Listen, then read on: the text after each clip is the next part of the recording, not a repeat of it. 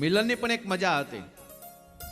આજે નથી લાગતું કે આપણે મિલનની મજા ઘટી ગઈ છે?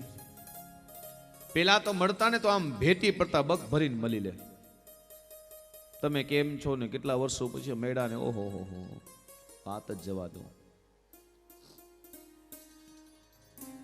એમાં મિલનની એક મજા હતી.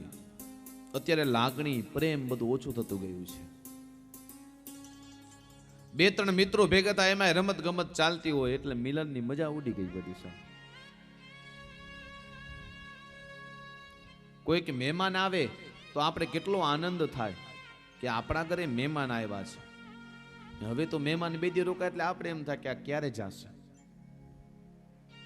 બધાને છૂટ જોઈએ છે, ઘરમાં કોઈને એમ કામ કરવું બધું ગમતું નથી. પેલા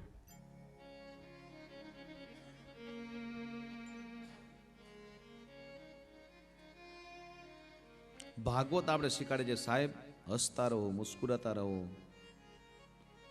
અત્યારે કોઈ હસતું નથી, હસવા માટે લાફિંગ ક્લબ ખોલવા પડે છે. એનું મેઇન કારણ શું ખબર છે? મોબાઈલ.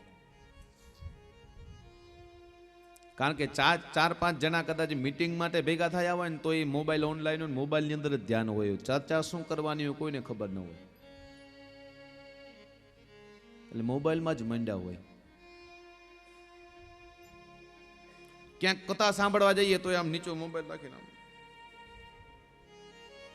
મહારાજ તો કે આપણે તો આપણું તો કામ ચાલુ કરવું છે.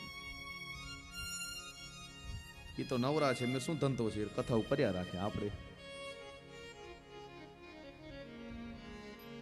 નહીં. એટલે આ મજા ઉડી ગઈ છે મળવાની. બધું મોબાઈલમાં મળી રહે છે તમને, એટલે મળવાની મજા ઉડી ગઈ છે. વિડીયો કોલ થઈ જાય, દરરોજ જોતા હો સામ સામે, એટલે પછી મળો ને એટલે એની કોઈ મજા ના હોય.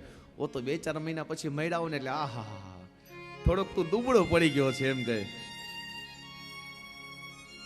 એવો જ ભલે હોય પણ ઘણા સમય પછી જવો ને એટલે આપણે આમ થાય થોડોક દુબળો પડી ગયો છે. એટલે આ બધી નથી લાગતી હવે મિલનની મજાઓ ધીમે ધીમે બધી દૂર થતી જાય છે.